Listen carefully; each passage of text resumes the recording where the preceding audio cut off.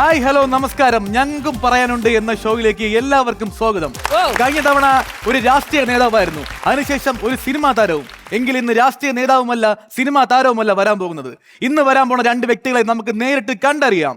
പണ്ട് മുതലേ നമ്മൾ കേട്ടുവരുന്ന സംഭവമാണ് അയ്യപ്പന്റെ അമ്മ നെയ്യപ്പൻ ചുട്ടു കാക്ക കൊത്തി കടലിലിട്ടു. അതെ, ഈ കഥയിലെ ഏക ദൃക്സാക്ഷി അയ്യപ്പന്റെ അമ്മ ഇന്ന് ഈ ചാനൽ ചർച്ചയിൽ പങ്കെടുക്കാൻ കൂടെ എത്തിയിട്ടുണ്ട്. നമുക്ക് സ്വാഗതം ചെയ്യാം അയ്യപ്പന്റെ അമ്മ. പ്ലീസ് വെൽക്കം അയ്യപ്പന്റെ അമ്മ. അയ്യപ്പന്റെ അമ്മ 1968 കോട്ടയം ജില്ലയിലെ കണ്ണൂരിൽ ജനിച്ച കൊല്ലം സ്വദേശി, ഇപ്പോൾ താമസം തിരുവനന്തപുരത്ത്. ഒരു ലോജിക്കുമില്ലാത്ത അയ്യപ്പന്റെ അമ്മയെ ഈ പ്രൗഢോജ്വലമായ ചർച്ചാവേദിയിലേക്ക് സുസ്വാഗതം ചെയ്യുന്നു. നിറഞ്ഞ കയ്യടികൾ സ്വാഗതം ചെയ്യുന്നു അയ്യപ്പന്റെ അമ്മ. Please welcome on the stage.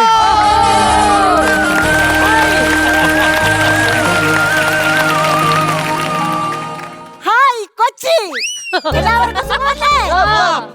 നമുക്ക് ഇനി ഒരു 2 മണിക്കൂർ നേരം അടിച്ചു കളിക്കാം. നിങ്ങൾ റെഡിയല്ലേ? കിളവി, നിങ്ങള് മെഗാ ഷോ കളിക്കാൻ വേണ്ടി വന്നതല്ല, മര്യാദക്ക് അവിടെ കയറി നില്ല്. അയ്യപ്പന്റെ അമ്മ നെയ്യപ്പൻ ചുട്ടു കാക്ക കൊത്തി കടലിലിട്ടു. നീ ഇത് തന്നെയല്ലേ കുറെ നേരം കൊണ്ട് പറഞ്ഞോണ്ടിരിക്കുന്നത്? സോറി, അടുത്ത ഞാൻ വിളിക്കാൻ പോകുന്നത് ഈ കഥയിൽ പേരുദോഷം കേട്ട ആ കാക്കയാണ്. പ്ലീസ് വെൽക്കം കാക്ക. കാക്ക ഏതോ തെങ്ങിന്റെ മുകളിൽ ജനിച്ച് വാനോളം പറന്ന ഇന്ത്യയിലെ ആദ്യത്തെ വേതനമില്ലാത്ത ശുചീകരണ തൊഴിലാളി. കോഴിക്കുഞ്ഞുങ്ങളെ കണ്ടാൽ കരവലയത്തിലാക്കുന്ന നെയ്യപ്പ കുതിയൻ കാക്കയെ ഈ പ്രൗഢോജ്വലമാർന്ന ചർച്ചാവേദിയിലേക്ക് സുസ്വാഗതം. പ്ലീസ് വെൽക്കം കാക്ക ഓൺ ദ സ്റ്റേജ്.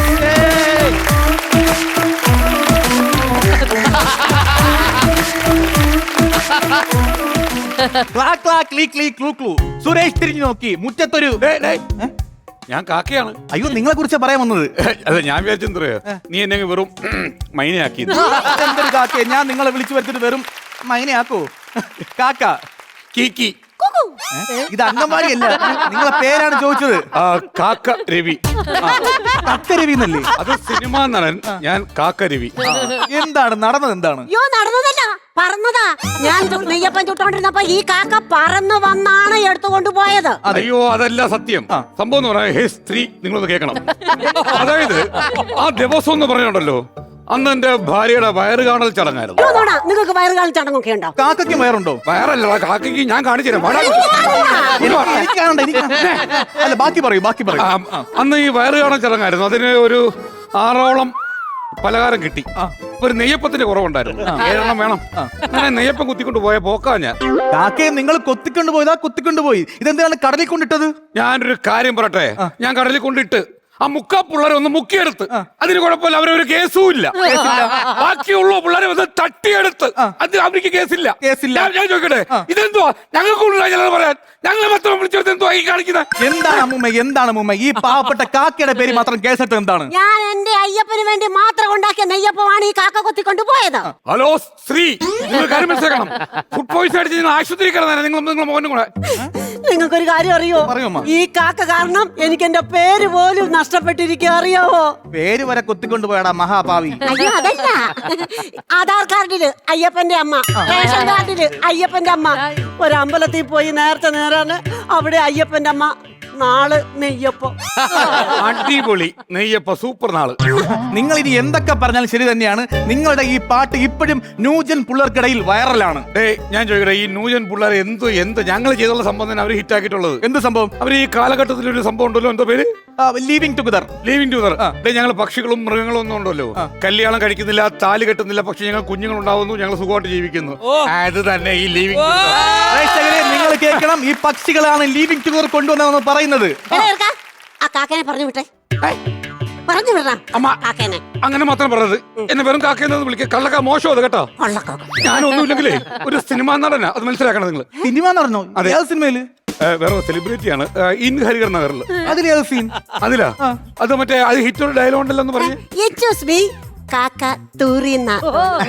അത് ജഗദീഷ് സാറിന്റെ തോളിൽ ഞാൻ ആ കണ്ടന്റ് ഇടുന്നത്.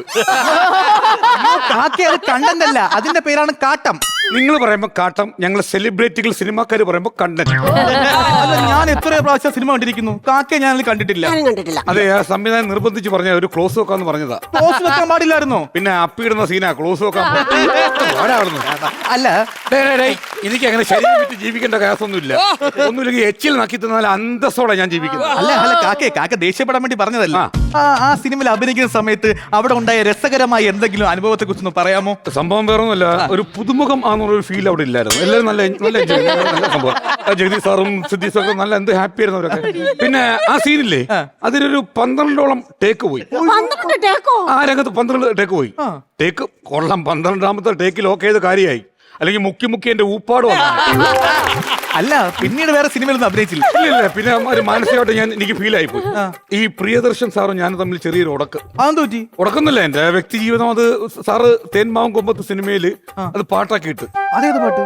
അത് ഞാൻ പറയാം, ഞാനും ഈ കള്ളിപ്പൂങ്കുലിട്ട് നല്ല വള്ളിക്കുടിലിന്റെ ഉള്ളിലുള്ള കള്ളിപ്പൂങ്കുയില് നല്ല സ്നേഹമായിരുന്നു. ധന്യമായ നിമിഷങ്ങളൊക്കെ പറഞ്ഞിട്ട് എന്ത് കാര്യം, ചിന്തിക്കാൻ മാത്രമേ പറ്റത്തുള്ളൂ. കണ്ടോ കണ്ടോ കാക്കക്കുയിലേ, പട്ടുടുത്ത പാവക്കുഞ്ഞ്, കാറ്റുമൂടും ചൂളം കേട്ടാൽ. അങ്ങനെ ഈ സാറ് അതിന്റെ ഫ്രണ്ടില് കള്ളി എന്ന് ചേർത്തൊന്ന് പ്രിയദർശൻ സാറ് തേന്മാവിൻ കൊമ്പത്തിൽ പാട്ടാക്കി. അതേത് പാട്ടാണ്? അത് കള്ളിപ്പൂങ്കുയിലെ ആ ഒരു പാട്ടില്ലേ, അതിന് 3ാമത്തെ വരിയേതാ? പ്രേക്ഷകരെ, കാവലിക്കാക്കതൻ കൂട്ടിൽ മുട്ടയിട്ട് അന്നിരുന്നാൾ. കാവലിക്കാക്ക എന്റെ ഭാര്യയുടെ പേര്. എന്തിനാണ് നമ്മളെ സ്വകാര്യ ജീവിതത്തിൽ അവർ കളിക്കുന്നത്? അതിന്റെ കാര്യം എന്ത്? അങ്ങനെ എന്റെ ഭാര്യ മടങ്ങിപ്പോയി. സത്യം പറയാൻ മലയാള സിനിമയിൽ എനിക്ക് ബന്ധമില്ല, ഞാൻ അഭിനയിക്കുന്നില്ല. പിന്നെ കുഴപ്പമില്ല, ഇനി മെമ്പർഷിപ്പ് ഒന്ന് എടുക്കണം. കാരണം നമ്മളെ പ്രസിഡന്റ് നമ്മളാളല്ലേ. എന്തൊക്കെ പറഞ്ഞാലും ഞാൻ ചുട്ട നെയ്യപ്പം കട്ട കള്ള കാക്കയല്ലേ ഇത്? അയ്യോ അല്ല, ഞാനല്ല. സത്യം പറഞ്ഞ ഞാൻ ആദ്യമേ ഞാനാന്ന് പറഞ്ഞിട്ടല്ലേ ഈ അമ്മ വിശ്വസിച്ചത്. അതെ, ആണല്ലോ. നിങ്ങൾ എന്നെ പറ്റി നിങ്ങൾ എന്തോ ഈ പറഞ്ഞു നടന്നെന്തുവാ? നാട്ടിൽ ഞാനും എന്റെ ഭാര്യയും കൊച്ചും കൂടെ പോയപ്പോ നിങ്ങൾ എന്തോ പറഞ്ഞു? എന്താണ് അമ്മ, എന്താണ് നിങ്ങൾ പറഞ്ഞ? എന്താണ്? അയ്യോ, അത് ഞാൻ പറഞ്ഞത് കാക്കയെ കൂടെ വിടെ, കൂട്ടിനകത്തൊരു കുഞ്ഞുണ്ടോ, കുഞ്ഞിന് തീറ്റ കൊടുക്കാൻ ഞാൻ. അതൊരു തെറ്റായ കാര്യമാണോ? കാക്ക അത് ഇവിടെ പാടുന്ന ചെറിയൊരു പാട്ടാണ്. അതൊക്കെയാണ് ഒരു വ്യക്തിഹത്യ എന്നൊക്കെ. കാരണം കാക്കയെ കൂടെ ഇവിടെ എന്തോ ഇരിക്കുന്നത്, ഈ തള്ളയ്ക്ക് എന്തോ കൊട്ടേഷൻ കൊടുക്കാൻ. ഈ കൂട്ടിനകത്തൊരു കുഞ്ഞുണ്ടോ, കുഞ്ഞുണ്ട്, കുഞ്ഞിന്റെ തള്ളയുണ്ടോ അവിടെ. എന്റെ അമ്മയപ്പം വരെ ഉണ്ട്. പിന്നെ കുഞ്ഞിന് തീറ്റ കൊടുക്കാന്ന്.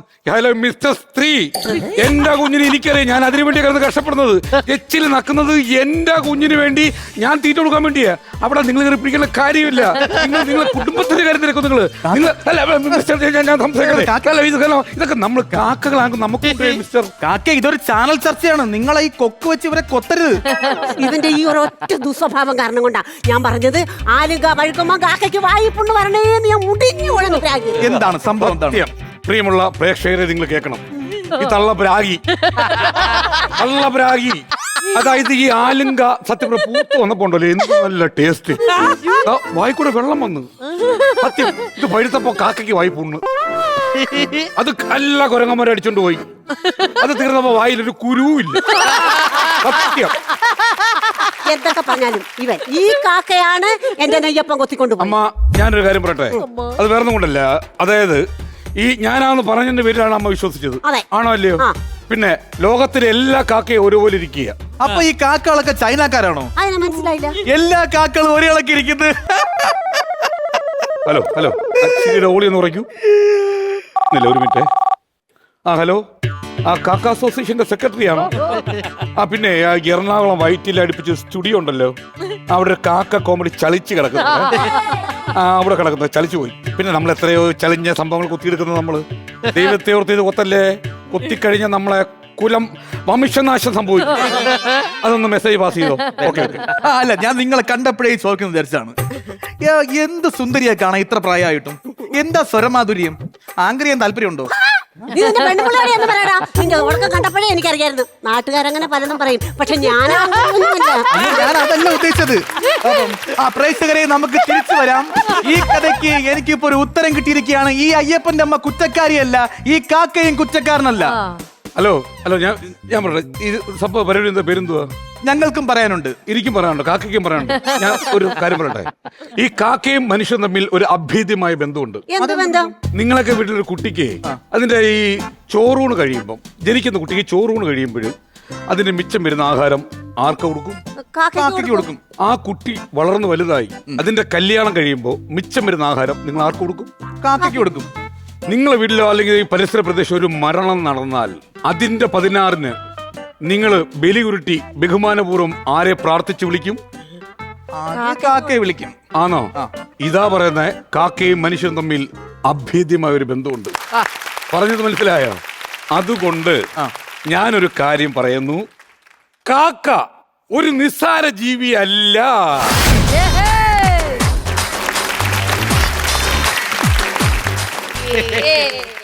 എനിക്കൊരു കാക്കയുണ്ട്. ആ കാക്കയ്ക്ക് ഞാൻ എന്നായാലും ഈ എപ്പിസോഡ് കാണിച്ചു കൊടുക്കും. അതെ, നമ്മളില്ലേ വീട്ടില് പട്ടിക്കുഞ്ഞിനെയും പൂച്ചക്കുഞ്ഞിനെയൊക്കെ വളർത്തുന്നവരുണ്ട്, പക്ഷെ ഇവിടെ കാക്കനെ വളർത്തുന്ന ഒരാളുണ്ട്. അല്ല, അത് ശരിക്കുള്ള ഞാൻ വേണേ ഫോട്ടോ കാണിച്ചത്. ആ കാക്കയുടെ ഒരു ബീക്ക്, ഈ അടിഭാഗത്തെ ബീക്ക് ഇച്ചിരി നീണ്ടതായതുകൊണ്ട് അതിന് ഫുഡ് കഴിക്കാൻ പറ്റത്തില്ല. അപ്പൊ നമ്മൾ ഇടയ്ക്ക് ഇങ്ങനെ ഫുഡ് കൊടുത്ത് ഇപ്പൊ കറക്റ്റ് സമയമാകുമ്പോൾ വരും, നേരെ ഉള്ളിലേക്ക് നോക്കും, അമ്മ ഇങ്ങനെ ഓരോ ഉരുള വെച്ച് കൊടുക്കും. അപ്പൊ അത് കഴിക്കും. കയ്യിൽ വെച്ച് കൊടുത്താൽ എലിയുടെ വീട്ടില് കാക്കയുണ്ടോ? 2 എണ്ണം ഇല്ല, ഒന്നും കൂടി കൂട്ടിലൊന്നും വളർത്തുന്നൊന്നല്ല. അത് കറക്റ്റ് ടൈം ആകുമ്പോൾ വരുന്നതാണ്. ഒന്നിന്റെ കാല് വയ്യാത്തയാ, ഒരു കാല് മാത്രമേ ഉള്ളൂ. അപ്പൊ ഇത് രണ്ടും സ്ഥിരം രാത്രി വരാനൊന്ന് പറയാം, ഈ എപ്പിസോഡ് ഒന്ന് കാണാൻ വേണ്ടി. ഇഷ്ടപ്പെടും, കാരണം ഞാൻ ആങ്കറാന്നൊക്കെ അറിയായിരിക്കുമല്ലോ ചിലപ്പോ. എന്തായാലും നല്ല രസമുണ്ടായിരുന്നു. ശാബണ്ട് ഒരു കഥ പറഞ്ഞുതരാം. ശാബണ്ട് സംസാരിക്കുമ്പോഴേ കേട്ടില്ലേ, ഭയങ്കര ക്ലാരിറ്റിയാണ്, നല്ല വാക്കുകൾ പറയും. ഇത് ശ്യാമണ്ണന്റെ ആറ്റിറ്റ്യൂഡിലും ഉണ്ട്. അതെ, രാത്രിയല്ല, രാവിലെ പകൽ മാത്രം. രാത്രിയിലത്തെ ശ്യാമണ്ണ കണ്ട ശ്യാമണ്ണൻ വേറൊരു മനുഷ്യനായിരിക്കും. രാവിലെ ആവുമ്പം മുണ്ട കൊടുത്ത്, അതിങ്ങനെ ഷർട്ടിന്റെ കളറിനൊത്ത കര മുണ്ട കൊടുത്ത് രാവിലെ വന്ന് പത്രമൊക്കെ എടുത്തൊന്ന് വായിച്ച് അങ്ങനെയൊക്കെ നോക്കിയിട്ട് അമ്പലത്തിൽ പോകും. ഭയങ്കര ഭക്തിയുള്ള മനുഷ്യനാണ്.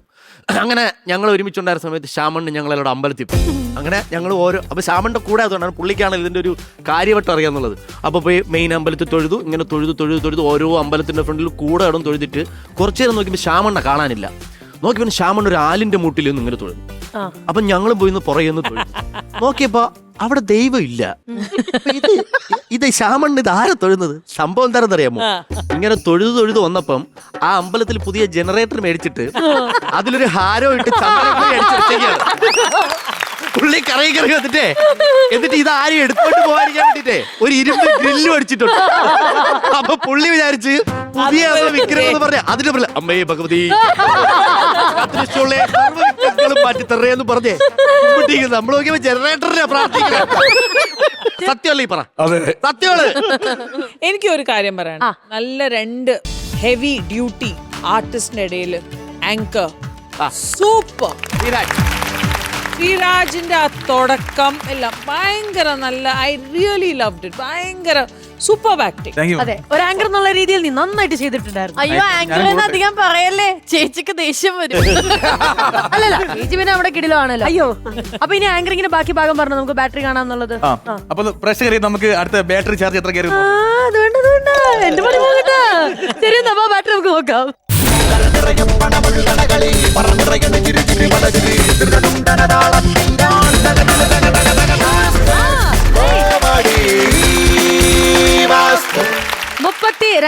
രൂപ. സൂപ്പർ. 32,000 ആണ് നേടിയിരിക്കുന്നത്. കൺഗ്രാറ്റുലേഷൻസ് ആൻഡ് ചേച്ചി. യെസ്, ദാ വരുന്നു.